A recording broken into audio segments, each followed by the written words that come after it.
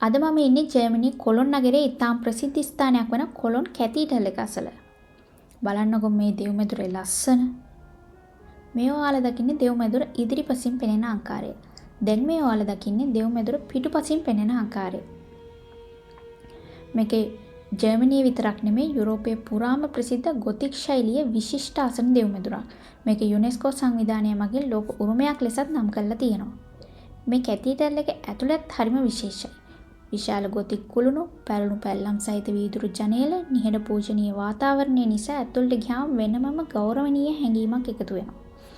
ඒ වගේම මේ කැතීඩල් එක හදන්න අවුරුදු 600කටත් වැඩි කාලයක් ගිහින් තියෙනවා. මේක ජර්මනියේ වැඩිම සංචාරකයන් එන ලෑන්ඩ්මාර්ක් එකක්ද වෙනවා. වසරකට සංචාරකයන් මිලියන 6කටත් වැඩි පිරිසක් මේ කැතීඩල් එක බලන්න එනවා.